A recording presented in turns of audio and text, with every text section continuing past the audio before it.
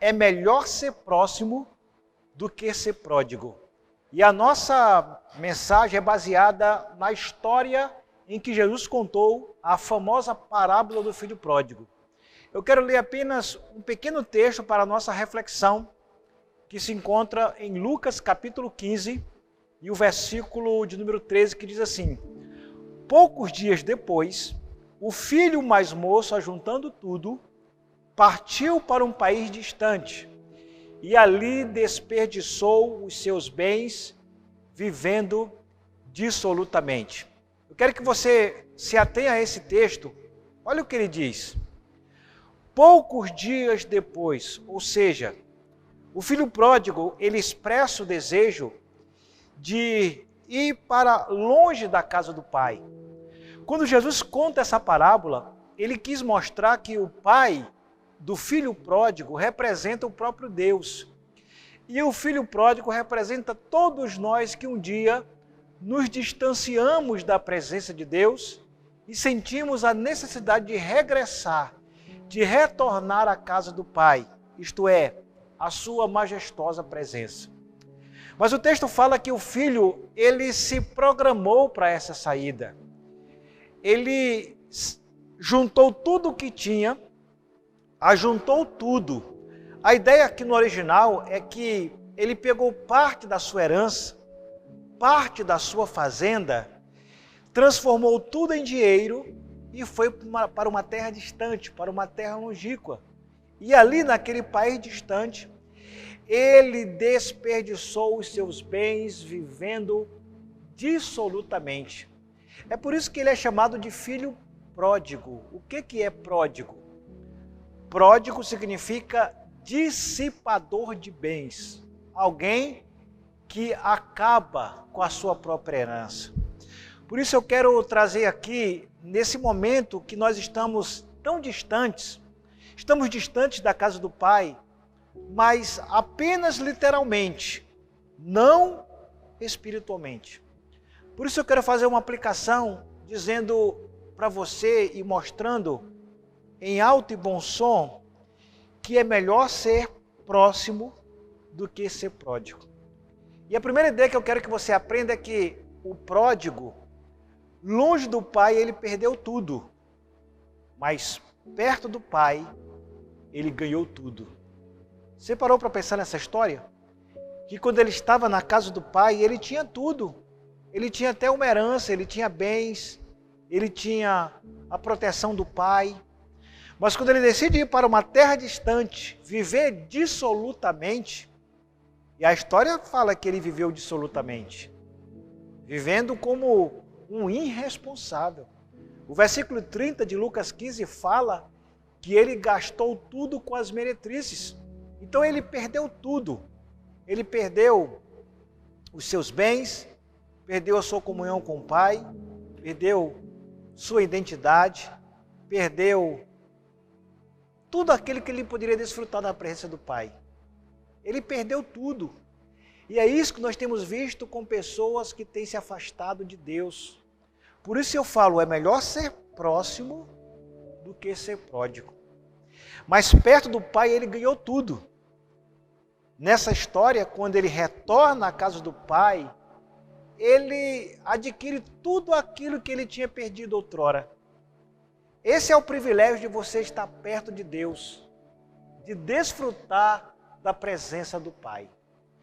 A segunda coisa que eu quero que você aprenda nesse texto é que o pródigo, longe do Pai, ele tinha necessidades, mas perto do Pai, ele tinha uma herança. Quando ele se afasta da casa do Pai, ele começou a padecer necessidades. A Bíblia diz, nessa história contada por Jesus, que a necessidade do filho pródigo era tão grande que ele desejou comer das comidas que eram oferecidas aos porcos. Já pensou você comer ração para dar para porco? Eu imagino que o cheiro era horrível, o gosto nem se fale. Desejar comer comida de porcos.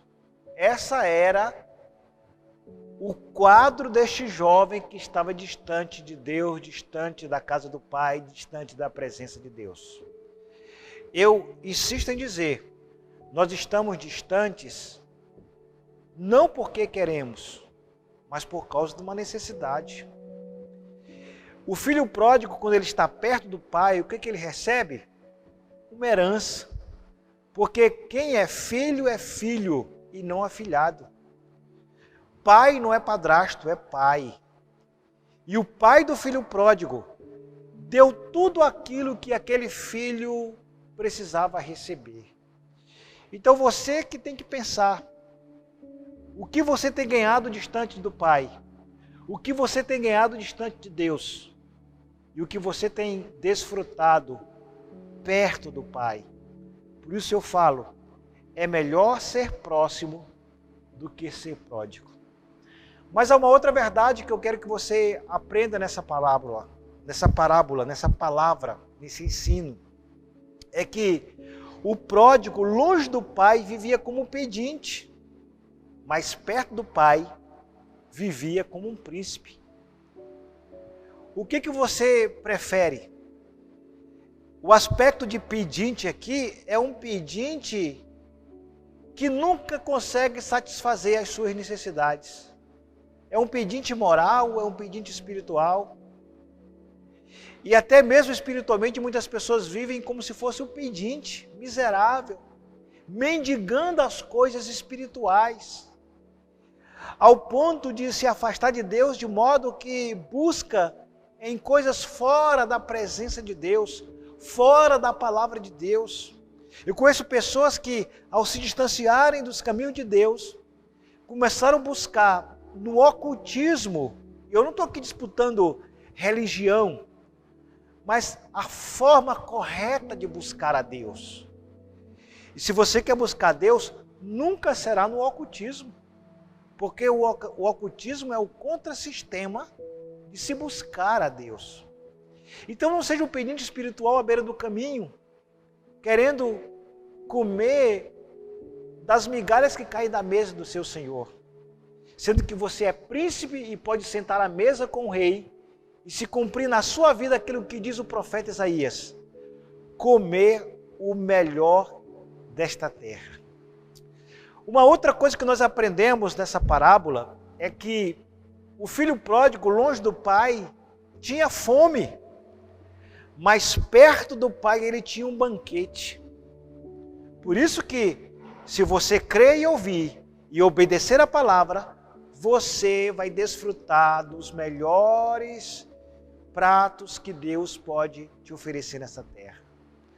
Os melhores pratos aqui não são os pratos mais requintados, mais refinados ou mais caros, mas é satisfazer a sua necessidade. É por isso que na oração do Pai Nosso, Jesus nos ensina dizendo: Pai nosso que está nos céus, o pão nosso de cada dia, nos dai hoje.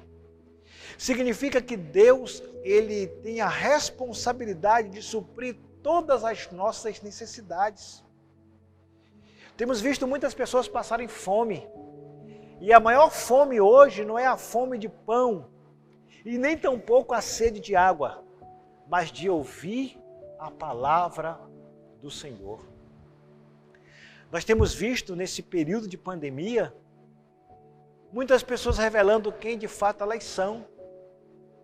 Pessoas que até pouco tempo atrás, defendendo a sua fé, defendendo a sua espiritualidade, hoje tem ido para as redes sociais mostrar uma vida totalmente contrária àquilo que estava pregando antes da pandemia ou durante ela, ainda que estamos ainda enfrentando esse período, com bebedice, com glutonaria, com mundanismo, com coisas que não convêm. O filho pródigo, longe do pai, ele passou fome. Desejou comer comida de porcos. Mas quando ele regressa ao pai, o que acontece? Ele tinha um banquete. Um bezerro cevado foi preparado para ele. O melhor bezerro da fazenda de seu pai, da casa de seu pai, foi assado naquele dia. para aquele filho que estava regressando à casa do pai, porque é melhor ser próximo do que ser pródigo. E ali, com esse banquete, ele poderia desfrutar da presença e da fartura que Deus tem para cada um dos seus filhos.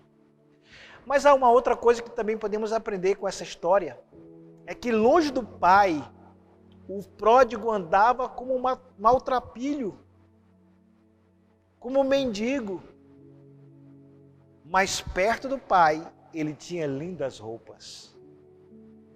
Eu acho maravilhoso que quando o filho pródigo regressa, ele conquista o coração do pai. O coração do pai fica emudecido, se enche de compaixão. A palavra compaixão significa um sentimento profundo que brota do coração. Compaixão não significa pena, mas significa uma empatia, ou seja, sentir a dor alheia. E não há nada, nem ninguém que pode sentir mais a dor alheia do que o próprio Senhor e Salvador Jesus Cristo. O autor aos Hebreus diz que nós não temos um sumo sacerdote que não possa compadecer-se das nossas necessidades. Por isso que o filho pródigo, longe, ele vivia como um maltrapilho, mas perto ele recebeu lindas roupas. O que ele recebe imediatamente? O pai diz assim aos seus criados: trazei roupas novas para o meu filho, sapatos novos, um anel novo no seu dedo. Ou seja, a sua comunhão foi reatada. E veste aqui não simboliza só no sentido físico, literal, porque não é simplesmente aquela ideia de que você conhece uma pessoa pelas roupas que ela veste. Mas a humildade aqui, ela é simbolizada pelo caráter de uma vida que expressa a santidade diante de Deus. Nós encontramos muitas vezes na palavra de Deus falando da nossa nudez. O profeta Isaías fala que Deus vai nos vestir com vestes de salvação. As novas vestes na vida do filho pródigo simbolizam, no sentido espiritual, as vestes de salvação. Ou seja, tirar a vergonha da sua nudez, como fala várias vezes no livro de Apocalipse, e revelar as vestimentas da santidade, as novas vestes que revelam a justiça dos santos diante do Senhor. E é isso que nós devemos evidenciar todos os dias na nossa vida, na nossa comunhão com Deus e com o nosso testemunho junto às pessoas lá fora. Mas há algo mais além que essa história também vai nos revelar. É que longe do pai, o pródigo era um pecador, mas perto do pai, ele era perdoado. O pai o abraça, o envolve com o seu amor e faz que todos reconheçam que seu filho reviveu. O verbo reviver aqui, ele indica ressuscitar, indica vivificar e, em certo ponto, glorificar alguém que estava distante, caído da graça de Deus. O filho pródigo foi ressuscitado no sentido espiritual, ele foi vivificado e glorificado no sentido de receber a regeneração em Cristo Jesus, o novo nascimento. Por isso que ele fala: meu filho estava morto e reviveu. Não é isso que ensina o ensino paulino? O ensino profético, apostólico, doutrinário, teológico das Escrituras? Que nós estávamos mortos nos nossos delitos e pecados e fomos ressuscitados, revigorados, vivificados. Ser vivificado significa nascer de novo. E nós já experimentamos esse novo nascimento em Cristo Jesus. Isso significa que nós já fomos perdoados. Quando Jesus bradou na cruz em favor de cada um de nós: Pai, perdoa-lhes porque não sabem o que fazem. E ele disse mais: está consumado. Os meus pecados foram consumados na cruz do Calvário. Hoje eu ando com vestes de salvação. Hoje eu vivo como uma pessoa vivificada. Sim, lutando contra o pecado da carne, o pecado original, que me rodeia todos os dias, mas que, acima de tudo, a minha vida expressa e evidencia que eu já nasci de novo e eu sou uma nova criatura em Cristo Jesus. E isso reflete no coração de todos aqueles que se arrependeram dos seus pecados e hoje vivem, como diz Romanos capítulo 6, em novidade de vida. Mas há algo mais além que essa história nos revela. É que o pródigo, longe do pai, tinha falsos amigos. Mas perto do pai, ele tinha o irmão. Há um antigo hino que diz que nós somos uma família. E isso baseado no que diz a Escritura Sagrada, que nós somos da família de Deus e concidadãos da família de Deus. Os amigos interesseiros do mundo só queriam saber daquilo que o filho pródigo poderia desfrutar. Ele gastava noites e noites com rodadas de bebida, de prazeres, e ao ponto de satisfazer momentaneamente a alma de seus falsos amigos. Mas perto do Pai, nós ganhamos um irmão. Aliás, ganhamos muitos irmãos. Se você olhar para essa história, claro, a priori, o irmão mais velho, ele rejeitou a restauração do seu irmão. Mas essa história não é uma história que tem um fim. É uma história que tem uma continuidade. Vale lembrar que quando o irmão mais velho retorna, ele ouve música, ele ouve danças. Ele sabe que na sua casa há uma festa. E você acha que isso não é motivo do filho se alegrar? Porque o seu irmão foi restaurado? É isso que nós experimentamos todos os dias. Da comunhão dos santos, a koinonia, a comunhão entre os santos.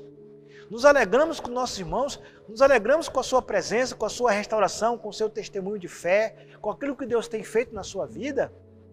É aquilo que se cumpre na palavra, nós choramos com os que choram e nos alegramos com os que se alegram.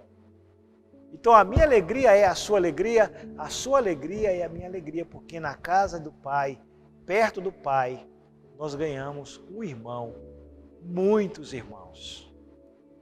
Mas há uma outra coisa que esse texto também nos revela, é que o pródigo, longe do Pai, ele só servia aos outros, mas perto do Pai, ele era servido pelos outros. Não, eu não quero distorcer um princípio onde Jesus nos ensina que servir não é melhor do que ser servido. Mas no cenário do filho pródigo, servir aqui é servir de forma em que não há resultado nesse serviço. Ele está servindo como uma prestação de serviço que não tem retorno, ele não consegue nem sobreviver com aquele falso serviço. Então é um serviço de tolo. Mas quando ele regressa à casa do Pai, ele é servido pelas pessoas. Porque o princípio do reino é servir. Ele é servido pelos criados que naquele dia tem que matar o bezerro cevado para satisfazer o filho pródigo. Os outros que vão ao comércio comprar um anel novo, comprar uma nova veste, comprar sapatos novos, ou seja, trazei-o, servi ao meu filho. É isso que o Pai concede. Não é isso que o autor dos Hebreus fala, que os anjos, eles hão de servir àqueles que hão de herdar a salvação?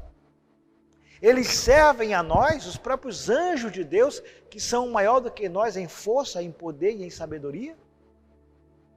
Então saiba que você tem um privilégio de ser servido. Na verdade, eu estou te servindo com esta palavra. E eu não tenho dúvida o quanto ela está gerando transformação na sua vida, na sua família, no seu ministério. Então sirva com alegria no reino de Deus. Sirva a Deus e sirva às outras pessoas, porque perto do Pai você é servido, porque você serve também com excelência na presença de Deus e perante os outros.